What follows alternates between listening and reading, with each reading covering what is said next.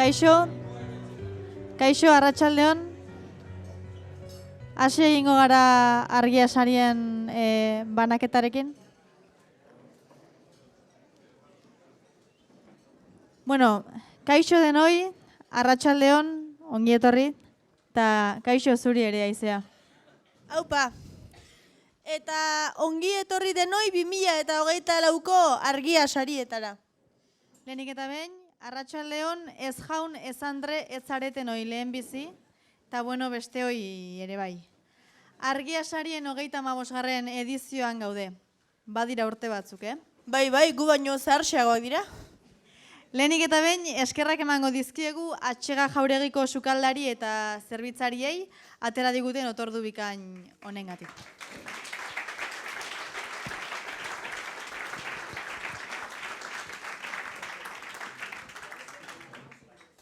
Bueno, eta aurkeztu beharko dugu gure burua, ezta? Edo agian BTN-ren superfanak dira eta ez dugu aurkezpenik behar. Ez dakit, zurekin akordatuko dira kaso iaztik edo, baina nirekin ez dut uste. Jakin dezaten, zu Oihan Arana zara. Eta zu Aize Arana. Biok BTN podcastaren aurkezle Aner Euskitzerekin batera. Iaz, bertsolaritzat aritzen ginen podcastean. Eta aurten kultura, aktualitatea, gure artean, jarduretak ito. Gaur egiten ari garen, ez? Halaxe da. Bona Aizea, galara bueltatuta, guneiko pozik gaude, zuek ere pozik zaudete, ez da? Egun berezia da argia sariena, guk geure artean argiaren ezkontza ditzen diogo batzuetan. Bazkari ederra, elkarrezketa interesgarriak mai bueltan, urduritasun apur bat ere bai. Nor izangote da gorko saritua? Guk badakizkigu. Bueno, oraindik ez dizkizuegu esango. Pixka bat aguantatuko duzu, ez?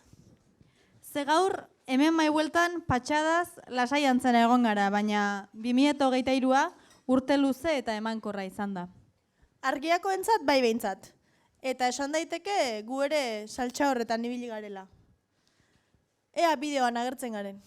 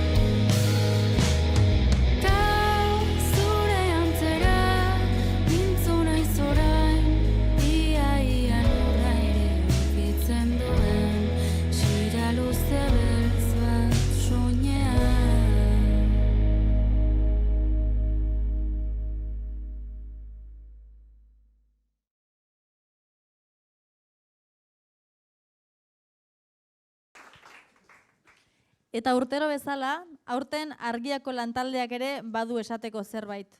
Urko Paulazak hitz batzuk irakurriko dizkigu. Datorrela Urko.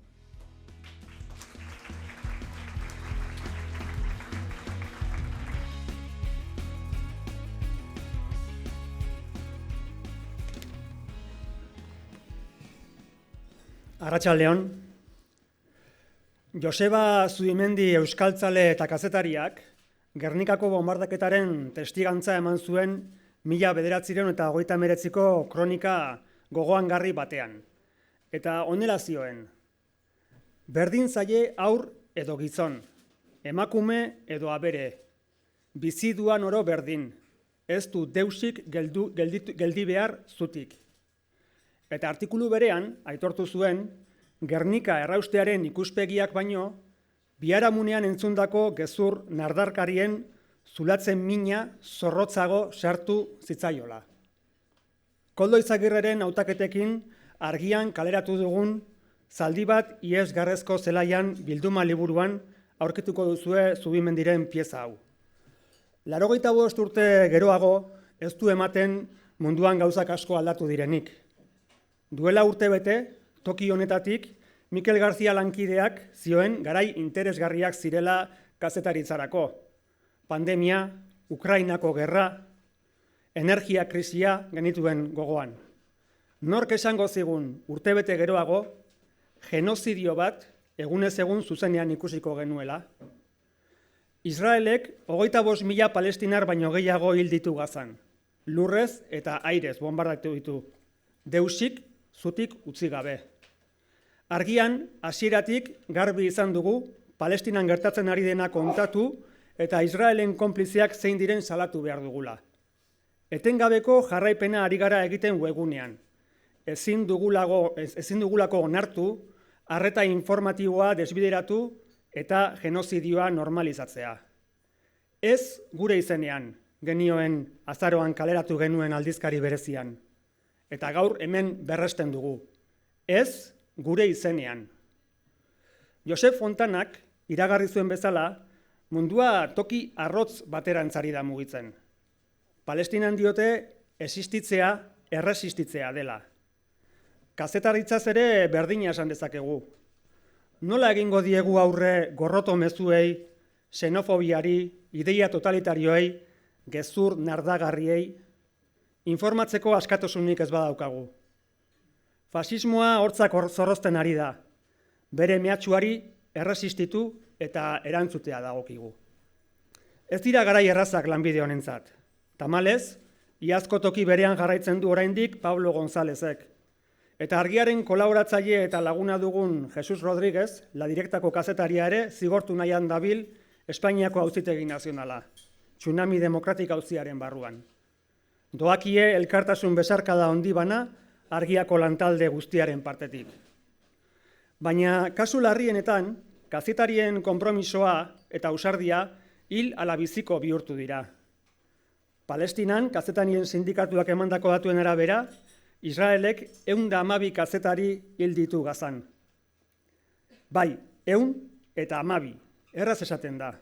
Horren aurrean, lotsagarria iruditzen zaigu nazioarteko kazetarien elkarteak erakusten ari diren pasibotasuna. Guatemalan ere ez daude asko zobe. Galdetu bestela prensa komunitarioko kidei. Mehatzaritza enpresek etengabe kriminalizatu eta jazartzen dituzte. Paolina Albanik argian iazko apirilean Leire Artola kazetariari kontatu zion bezala.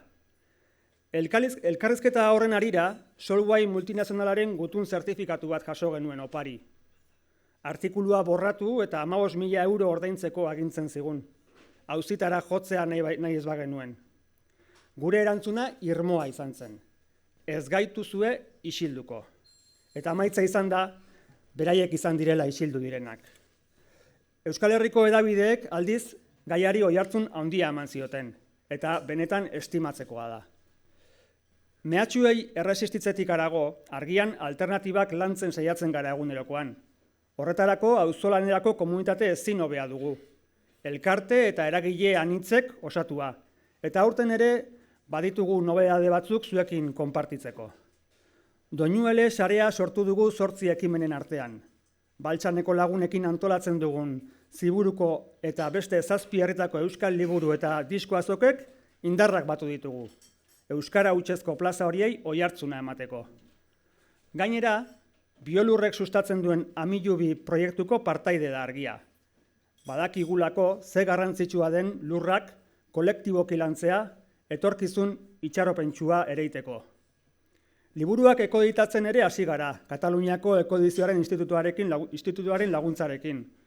Eta ezin aipatu gabe utzi parte garen olatukop, ekonomiara aldatzailearen sarea, bere 10. urteurrena baita aurten. Produktuei dagokienez, uzta oparoa izan dugu. Zaldi bat iesgarrezko zelaian, Hausnarrean eta Planeta Prekarioan liburuak argitaratu ditugu. 2024ko ilargia eta landareak agenda eta argiaren egutegia ere bai. Jarioka, izkipizti eta otu jolasak kaleratu ditugu. Eta 6 podcast berri ere jarri ditugu martxan aurten. Egonarria, Senyorak, BTN, Menda Bikoitza, Larrun eta Oroimen Histerikoa. Proiektu eta produktu asko. Eta atzean pertsona askoren izenak daude. Gehiegi denak hemen aipatzeko. Baina denekin gaude erabat eskertuta, zorionak denei. Hori guztia ez litzateke posible izango argiako komunitatearen eta kideen babesi gabe. 8. urtez jarraian aurreko urtean baino gehiago gara. Eta datu bat, proiektu honen aurrekontuaren 140 argiako kideek egindako ekarpen ekonomikotik dator. Hori da gure diru sarrera nagusia. Asko kide berri gazteak dira, eta beste asko aspalditik ditugu alboan. Aldizkari honekiko kariñoa eta estimua transmititzen. Berriz ere, argia sarietan, mahai batean bueltan, elkartu ditugu menderdia gurekin daramaten hainbat kide. Bejon deizuela, Andoni Sarriegi, Arantxa Galparsoro, Maria Pilar Aizpurua, Ana Barandiaran, Pake Gartzia, Alberto Agirre Azaldegi, Gregorio Jauregi eta Mila Etxeberria. Eskerrik asko benetan hor egoteagatik.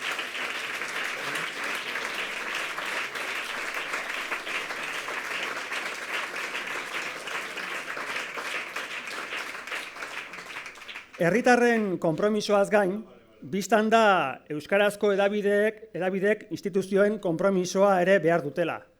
Kalitatea eta profesionaltasuna oinarri hartuta, informaziorako zerbitzu publikoa eskaintzen dugula sinesten dugu. Erakunde horiek bermatu behar dute euskarazko hedabideetako irakurleek ere zerbitzu duina jasotzea. Eta bide horretan guk ateak irekita ditugu beti elkarlanerako. Kazetaritzaz ari gara, eta amaitu nahi dugu aipamen berezi bat egiten. Urte luzetan argian aritutako Peio Zubiria, gure lankideak, erretirorako bidea hartu du. Gaur ez daukagu hemen gurekin, ez egin ilusiorik. Ezagutzen duzuenok oso ondo dakizue horrelako ekitaldi publikoetan agertu zalea ez dela. Baina berak duela gutxi Planeta Prekarioan liburuaz Jenofa Bereko Irigoinek egin zion elkarrizketan zioen kazetarien behar handia dagoela garai hauetan. Kazetariek arriskuak hartu behar dituztela. Munduan gertatzen ari dena ulertzeko gakoak emateko. Eskerrik asko Peio, bidea irekitzeagatik eta orain arte egindako guztiagatik. Gu ere horretan saiatuko gara aurrerantzean.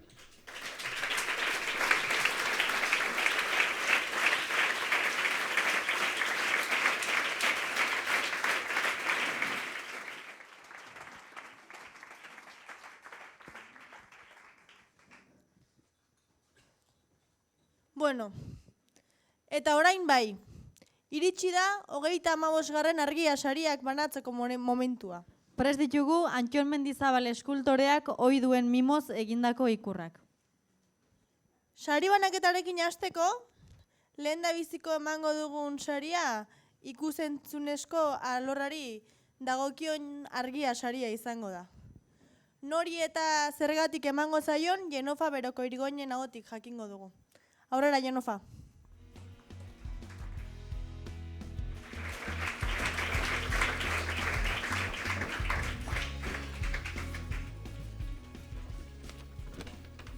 Txaldeon. Egi zapaldu batek bere nortasunari eutsi baldin badio zerbaitengatik da. Historian bajena elkar lepotik hartu izan dute batzuek eta bojoka egin dute zerbaiten alde. Koldo Izagirrek esaten zuen, euskara hiltzekotan ere autopsiarako frogak utzita hilko zela. Hil ez da hil, baina frogak utzi ditu. Froga eta dokumentazio horiek istorio bihurtuta pantailara ekarri dituzte orain film honen egileak eta herritarren inplikazio handiarekin memoria ariketa kolektibo baliotsua egin dute.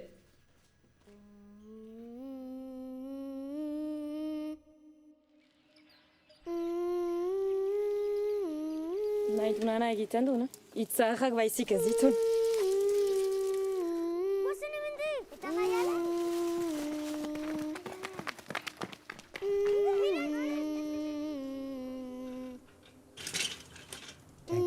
Nor daki, ebetik eta laster ze geldituko den. Itxasu, irulegi, bizkarsor. Avec mes copines, j'ai passé ma vie à être handicapée.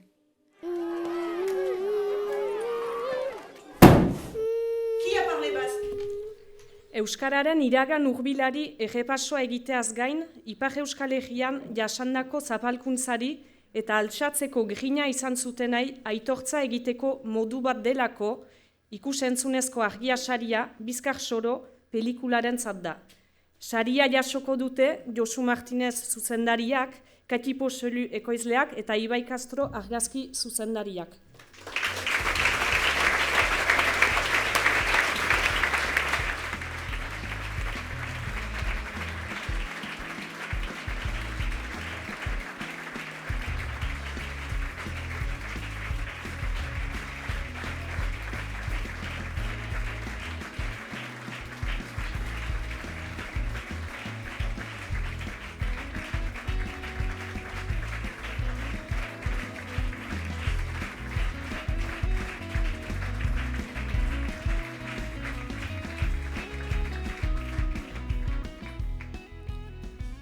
Bueno, atxaldeon, eta eskerrik asko, mil esker handi bat, sari honengatik. Eta aipatzen genuen Bazkarian Ibairekin, hemen leku hontan egon ginen azken aldia, hemen atxegai jauregian, izan zela duela, ez dakit, 2008an Juan Mari Torrealdairekin, orduan ari ginen paperezko hegoak deituko zen dokumental bat egiten, eta, bueno, denbora asko pasatu genuen berarekin, eta egun hartan ere gogoa handia zuen hartaz hartzeko, eta lehen aipamena nahi nuke egin hori, zenta gure lan hontan, aipatu izan da Koldo Izagirre, baina Juan Mari Torrealdairen lana ere, dudari gabe izan da notario lan ezinbesteko bat, guk ere Bizkar Soro hontan iruditan eman dezagun berak dokumentutan frogatu zuena, eta da euskara ez dela desagertzen euria egiten duelako, edo baizik eta zapalkuntza jarraitu bat egon delako, ez. Eta gogoan dut gainera nola kontatzen zigun, gero dokumental hori egin genuelarik, eta berari Madrilera bidean atxilotu zutelarik ez ziotela galdetzen egunkariari buruz, baizik eta galdetzen ziotela el libro negro del euskerari buruz, bildu zituen testigantza horiei buruz. Eta holaxe aipatua izan da hemen argiaren komunitatea, ez da, eta Euskaldunon egunkaria ere esan genezake nola horrela sortu zen komunitatetik eta herritarren bultzadatik, eta filman aipatzen dira ere ikastolak, eta horrela sortu ziren ere, ez da, herritarren bultzadatik. Eta filma hontan ere, horixe esan nezake, duela 5 urte hasi ginelarik, pentsa ezina izango zela, hala esaten ziguten ere, iparraldean euskarazko luzemetrai bat egitea. Eta aipatu ditudan beste horietan guztietan bezala, buru gogorkeriaz edo, demostratu genuen, azkenean bai ez posible zela, eta ez bakarrik posible zela, baizik eta orain ikusten ari garen bezala zinemetan izugarrizko gosea zegoela horrelako gauzak ikusteko. Bai hegoaldean eta bai bereziki iparraldean, bada 10 egun orain 15 egun Bizkar Soro estrenatu genuela eta 7.000 bat personak ikusi dute, eta iparraldean bereziki izaten ari da, guk uste ez genuen bezalako harrera bat, ez euskalduna bakarri baizik eta euskaldun izandakoak, frantsesak eta erruz joaten dira zinemetara, eta oso interesantea da. Ez bakarrik jende euskaltzalearengan, baizik eta aldeantziz, euskararen kontra egon diren horiek nola sentitzen duten, eta batzuk gauzak berriz ikusteko edo berriz pentsatzeko aukera ematen die, eta batzuk haserretu egiten dira, eta hori ere ongi dago, zenta uste dut hizkuntzaren gatazka bat delako azkenean, behar dela horrela planteatu, eta ez bakarrik konsensu eta ez gaitezen haserretu, eta ez dezagun aipatu, ez daitezen haserretu batean. Uste dut, behar dela behin eta berriz hori mahai gainean jarri, batzuek esaten dute, baina jakina da, eta nik uste dut ez dela jakina, edo ez dela aski aipatua, ez? Eta beste zapalkuntza batzuk aipatzea importantea den bezala, hori era aipatzea importantea dela. Eta hola, esaten nuen herritik sortutako proiektua zela, eta nik sari hau nahi nuke justuki eskaini herritarrei, euskara jendeari, eta bereziki filman parte hartu duten 200 lagun baino gehiago diren horiei, Baigorri eskualdekoak, haiei esker egiten ari izan dugulako proiektu hori, ez kinuelako dirurik luzemetrai bat egiteko, baina haiei esker egiten ari izan dugulako. Eta bereziki izen bat aipatuko dut, Anje Arregi, joan den astean hil zen Baigorriko laguna, ez mamitzen duena oso ongi oraintxe esan dudan hori beti hor, beti laguntzeko prest, filmetan, hemendik teknikariak joaten zirelarik, aste oso hartu sukaldean aritzeko, figuranteak behar zirenean, figurante, eta goizegi, gaztegi joan zaigu, joan den astean, eta Anjerendako, eta bere familia guztiarendako, eta bera ezala, herrian lehen proiektuak aitzinera ematen dituzten guztiendako mil esker handi bat. Hurrengoa, prentsari dagokion argia saria izango da. Olatz Kortaren ahotik jakingo dugu bai irabazlearen izena eta baita saria ematearen arrazoiak ere. Aurrera, Olatz.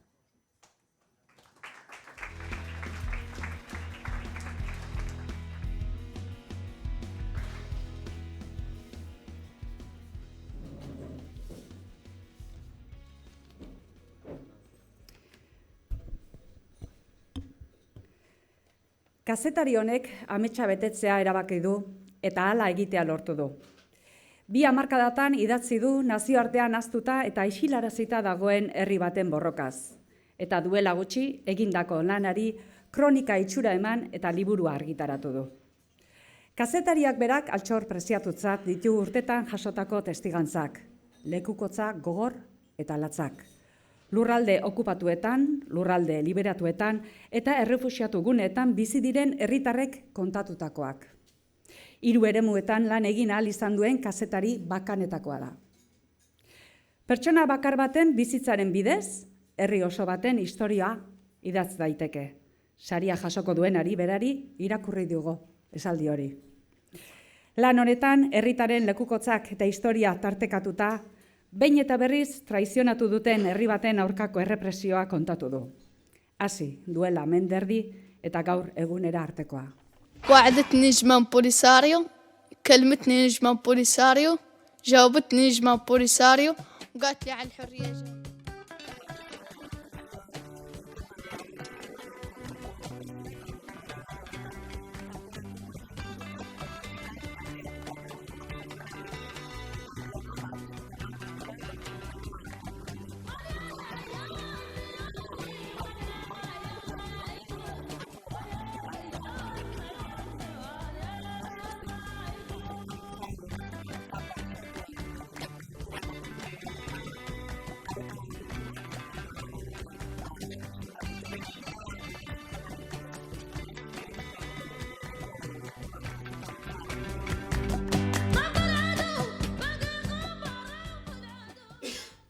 Mendebaldeko Sahararen askepanerako borroka lehen lerrora ekartzagatik.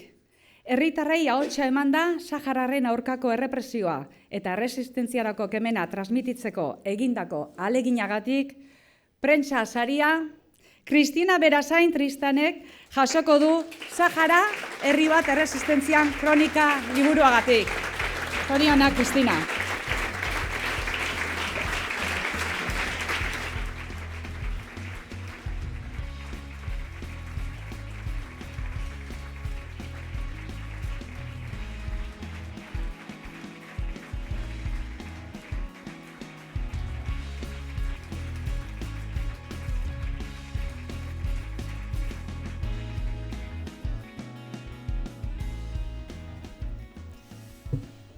Ze poza, eskerrik asko, argia saria jasotzeagatik, argia lantaldeari, argia aldizkariari, benetan egun berezia niretzako. Bereziki eskertu nahiko nuke ahaztutako herri bati eta isilarazitako gatazka bati erreparatzen dion liburua saritzeagatik. Argiak ere ertzetan dauden herriei begiratzen die, eta bizi ditugun garai ilun hauetan, nik uste dut kazetaritzak inoiz baino gehiago konpromisoa eskatzen duela, eta segi dezagun munduari ertzoiei begiratzen. Esango nuke sari honekin ere saritu dela munduari begiratzeko modu bat, Kirmen Uribek esaten zuen bezala, ikuskera bat ere saritu dutela, eta munduari begiratzeko mundu hori bai berriak eta bai argiak jaso izan dute, eta ikuspuntu edo ikuskera horretatik lan egiteko konpromiso horri eutsi behar diogu kazetaritzak bizi dituen garai ilun hauetan. Eskerrak eman berriari, elkar eta jakini, aleka bildumarengatik, arnaz luzeko kazetaritzari tarte bat emateagatik, aleka bildumaren 13. liburua da, Sahara herri bat erresistentzian, badok 13, eta etor daitezela gehiago, beti opari bat delako kazetari batentzat arnaz luzeko kazetaritza egitea. Eta eskerrak eman bereziki berriari, nire kazetaritza eskola izan delako, erredakziotik atera eta bidaiatzeko aukera eman didalako, Mendebaldeko Saharara izan zen egin nuen lehenengo bidaiura, 2005 urtean intifada bat zegoen, ezin izan nuen lurralde okupatuetan sartu, atzo bertan Portugalgo kazetari bat kanporatu zuten lurralde okupatuetatik, Aiunetik, eta artean ez nekien, baina kronika hori jasota dago liburuan, eta artean ez nekien, baina orduan hasi nintzen liburu hau idazten. Eskerrak eman ere gurasoei, aitari eta amari, bizitzagatik eta euskarara eramateagatik, Lizarrako alaba naiz ni, ikastolako alaba, Ultzamako arbaso batekin galdu zen euskara gure familian, eta gaur egun belaunaldi berri bat ari gara euskeraz Lizarratik, beraz, eskerrik asko aita eta amari. Eta, sari hau eskaini nahiko nieke liburu honetan agertzen diren saharar guztiei, Olatzek aipatzen zuen saharar batekin hitz egitea liburu bat irekitzea bezalakoa da, denek daukate liburu bat idazteko, beraz, sari hau beraiei eskaini nahi diet, Enbarka, Aminatu, Sultana, Omar, Brahim, Hasana, Sukran gehi guztiei, beraien jaimak irekitzeagatik eta beraien kontakizunak partekatzeagatik. Ahmed Buhari sahararrak esaten zuen, uste dutenek sahararrak denboraren biktima izango direla, ez dute basamortuaren izaera ezagutzen. Saharar herria erresistentzian jarraitzen duen herria da, eta ez dugu ahaztu behar gaur egun ere gerran dagoen herri bat dela. Eta azken hitzak Pablo Gonzálezi ere eskaini nahi dizkiot, aurki 2 urte egingo ditu kartzela batean, kazetaria izan zaitezke eta saritua izan, eta kazetaria izan zaitezke eta kartzela batean sartu zaitzazkete. Pablo Gonzálezek esaten nuen hemendik gutxira 2 urte egingo ditu kartzela batean, eta kazetaria izan zaitezke eta aitortua izan, baina kazetaria izan zaitezke eta kazetari izateagatik ere hil zaitzakete. Eta sari hau Gazan hil dituzten 112 kazetari hoien izenean ere jaso nahi dut. Eskerrik asko.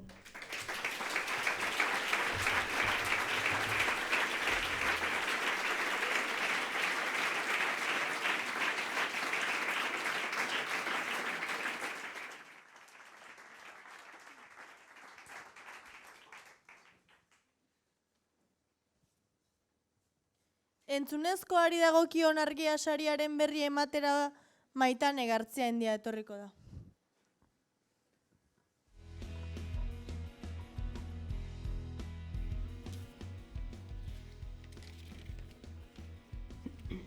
Izaki asko bizi dira kapitalismoak zedarritutako habitatean. Eta oian horretan, merkatuaren logikak eramaten du egilea, sortzailea, miseriaren adarretan arilkatzera. Baina miseriak azaleratzeko hautua egina dago. Kultura euskaraz egiten dutenek hartu dute hitza. Ez dira artelanaz mintzo, baizik eta artea egitearen lanaz, lanbideaz eta lan baldintzez, prekarietateaz. Burokraziaren atzaparretan harrapatuta daudela diote. Artistak dira, eta artista izan dira podcastaren produkzioan ere. Mimoz kontatu dizkigute haien eguneroko korapiloak, eta mimoz gogorarazi digute artista guztiak ez datozela Paristik. Zema da gutxireko soldata? Bizitzeko bai, baina geldituko banintz ez nuke izango.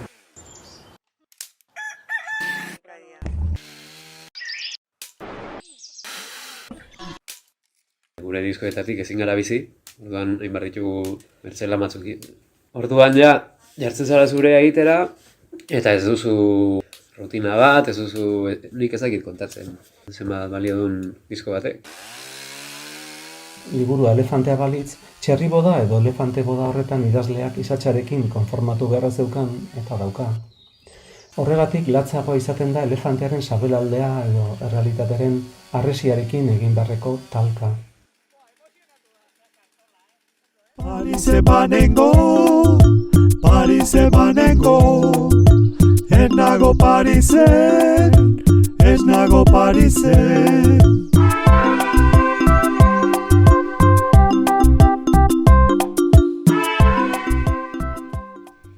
Euskararen langile profesionalen alde, euskaraz diharduten artisten eskubideen defentsan egindako lanagatik, eta hain justu ere, kasu honetan, divulgazio lanetan egindakoagatik, entzunezko argia saria ez gatoz Paristik podcastarentzat da. Lanartearen izenean saria jasoko dute Amagoia Gurrutxagak eta Arkaitz Kanok.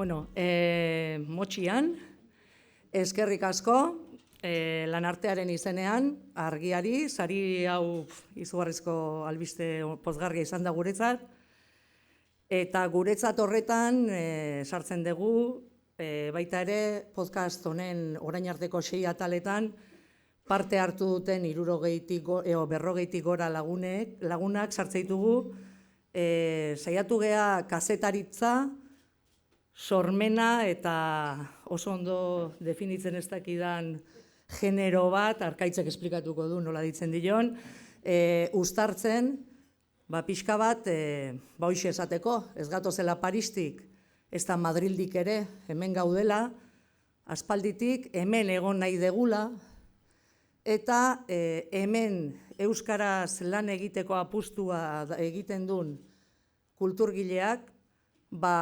politika babestuko duten eta erdigunean jarriko duten politika batzuk behar ditula. Eta ez bakarrik kulturakoak, fiskalak, beste arlo askotakoak. Eta ez dakit baita ere eskerrak eman Azpeitia Kulturaz Kooperatibako kidei, beraiek azpiegitura eskuzabaltasun handiz gure eskura jarri zutelako podcast hau grabatzeko, eta gaur hemen egon behar zuen, baino azken urnean ezin izan duen Ander Mujikari, bati okurritzen zaizkion tontakeriak edo gero forma ematen lagundu zidalako, eta hain tontakeria ez zirela erakutsi zialako. Mila eskerrari ere, eta eskainita batez ere nire aldetik behintzat, onaino ekarri gaituzten kulturgile guztiei, gure iruditeria kolektiboa eraiki dutelako eta eraikitzen segituko dutelako.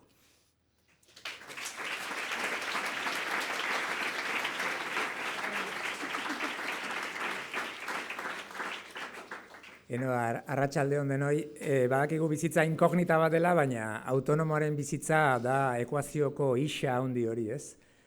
Eta hor, artista, ez? Euskaraz zain goxogarria den isa hori, baina batzuetan mespretsuzkoa ere izan daitekeen artista, hori artista bihurtze bidean, ez? Ze ezberdina den batzuetan letra baten aldea, iruditzen zait hori dela pixka bat gure aldardia, pixka bat edo pixka bat, eixa horretatik artistaren alderako edo artearen langilearen alderako pauso hori. Niri barra egiten didate poesia asko hitz egiten dudalako, baina niretzat beti pentsatu izan dut kazetari bat eta poeta bat gauza bera direla. Izan ere, zer da kazetari bat, espada poeta bat oso epemuga estua duena bere lana entregatzeko. Behintzat kazetaria ona bada, eta alderantziz, zer da poeta bat, ona bada, espada, epemugarik ez duen kazetari bat, ezta? Hori, mila esker eta urrun arte.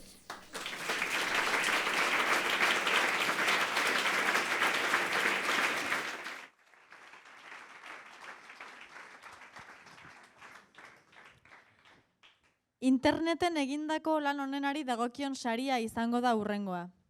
2024 urtekoa nori eta zergatik emango diogun Mikel Garziaren eskutik jakingo dugu.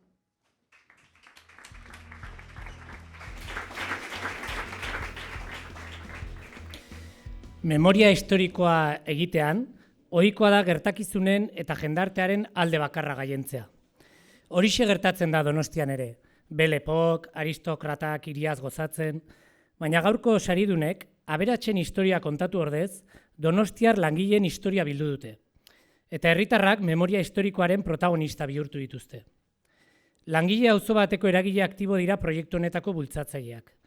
Auzoko argazki zaharrak eta material grafikoa bildu, landu, antolatu eta denon eskura jartzea erabaki zuten 2019an. Ordutik lan horretan ari dira, eta ehunka argazki jaso dituzte sarean. Auzoko paisaia, jaiak, mobilizazioak, gertakariak, istiluak, errepresioa, ikastolaren historia, sekula zaharkituko ez den lan ederra. Eta dena, lizentzia libre bidez publikatua.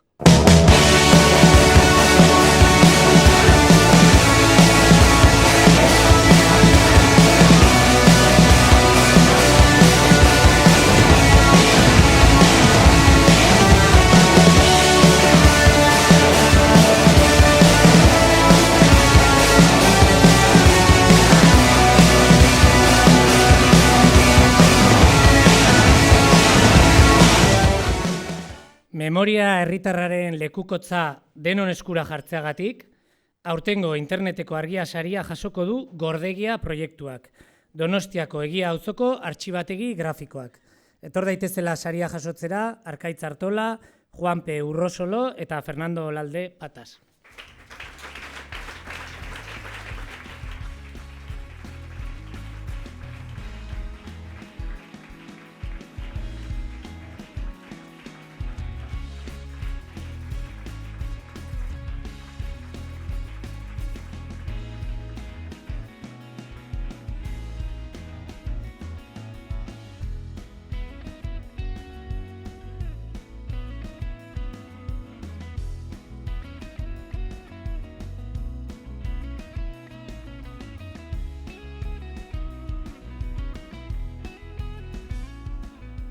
Bueno, txaldeon, Eskerrik asko Gordegiako lantaldearen izenean, gaurkoan Itxaso, Jani eta Carlos faltaz dizkigu, betiko seikotea osatzeko.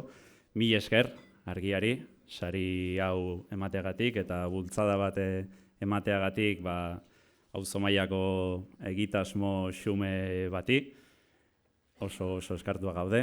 Eta bereziki eskerrak ere eman dizkiogu Donostiako Teila Fabrikari, urte hauetan emandako sustengu garrantzitsuagatik, beraiek gabe ez ginatekelako hemen egongo, eta besterik gabe lanean jarraituko dugu, esan bezala irudiak biltzen, antolatzen, eta guztion eskura jartzen, webgunean eta bar, eta guztion artean bilduma herrikoi handi eta eder bat osatzen, horrelako argazki historiko ederrekin besteak beste. Eskerrik asko.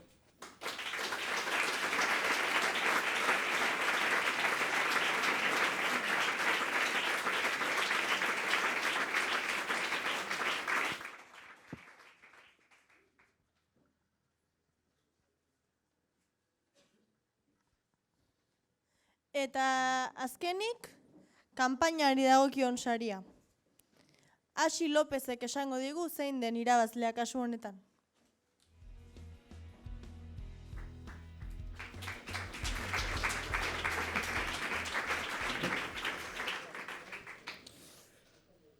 Negozio eta turismoa, ala herritarren beharrak eta naturaren zaintza.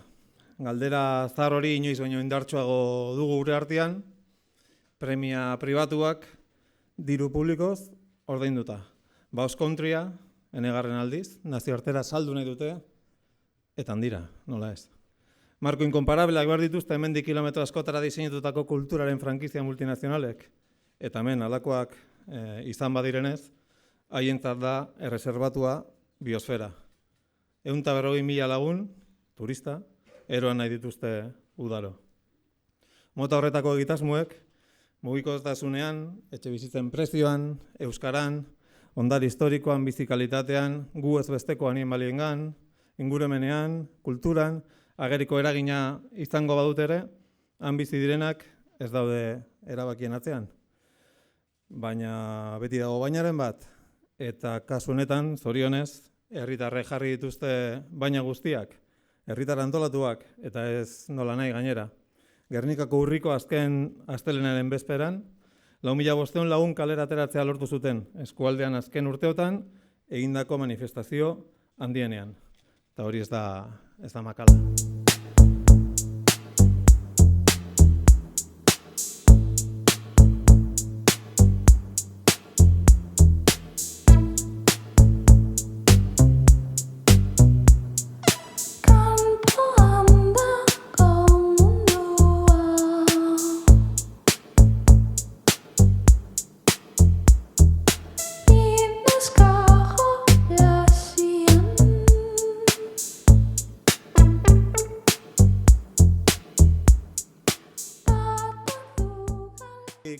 Espalditik datorren borroka bati bultzada berria emategatik eta ingurumen eta herritarrak erdigunean jartzeko lanean aritzegatik, kanpaina honenaren argia saria, Guggenheim Urdaibai Stop plataformari emango diogu, eta horretarako, etor daitezela saria jasotzera, Itxaso Zaldunbide, Eider Gotxi eta Zurine Gandarias.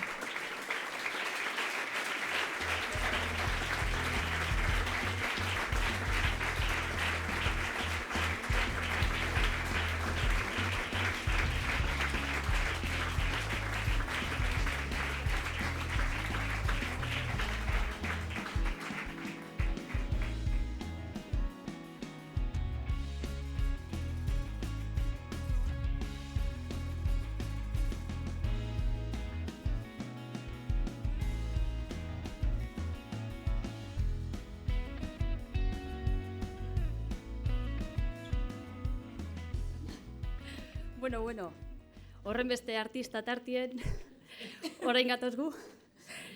Bueno, eskerrik asko batez be argiari, ze benetan esaten dugu, inundik inorabe ez gendula espero olako saririk. Eskerrik asko bizotzez. Eta nola ez, eskertu Busturialdeko lagun guztizeri. Zegaitzik, plataformak orain arte egin dugun ibilbidieri, kriston bultzadie eta kriston babesa emon dozkuelako. Ta nola ez, herritarrak eta biosferie, natura, erditzen iminitze, gure torkizune eraiki gure dugulako. Bizotzez, eurek aitzik hemen gauzela. Eskerrik asko.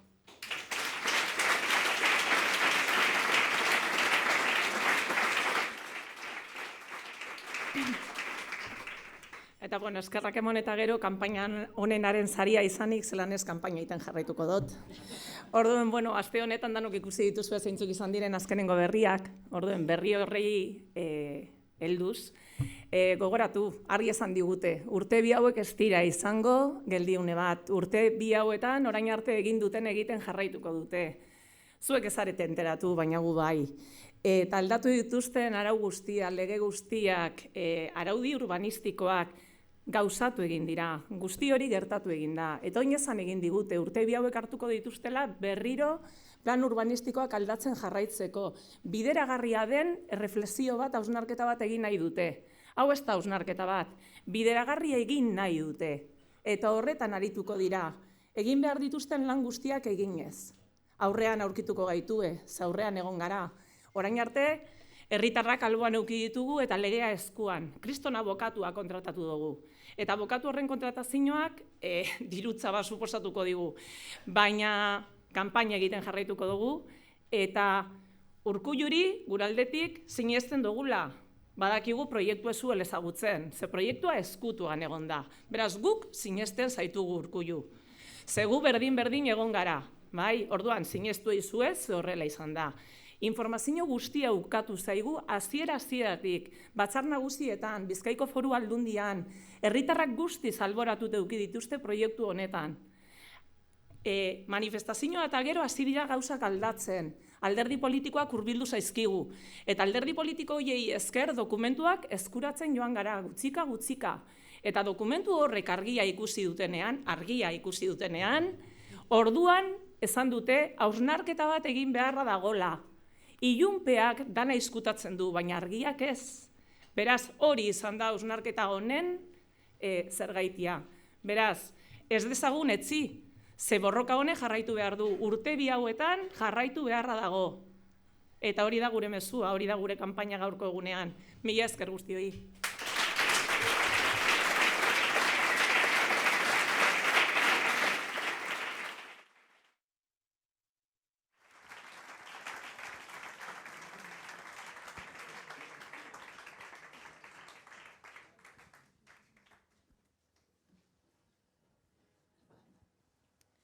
Pertsona askok osatzen dugu argiaren komunitatea. Langileak, beren diru ekarpenekin proiektua indartzen dutenak, harpidedun historikoak, gaur gainera gurekin ditugu horietako batzuk. Kolaboratzaile onak, gu bezalako kolaboratzaileak, guztiok gara argia jendea. Denen izenean, zorionak sarituei eta mila esker Atxega Jauregiari. Hemengo buru den Emilio Dorobati, eta etxean bezala zaindu gaitu zuen langile guztiei. Eta nola ez, teknikari lanetan aritu zaretenei ere, eskerrak. Gainontzeko hoi, ondo izan, eta ez aztu. Presarik ez daukagunok badaukagu tartea oraindik tertulian jarraitzeko. Hurrengon arte. Eskerrak.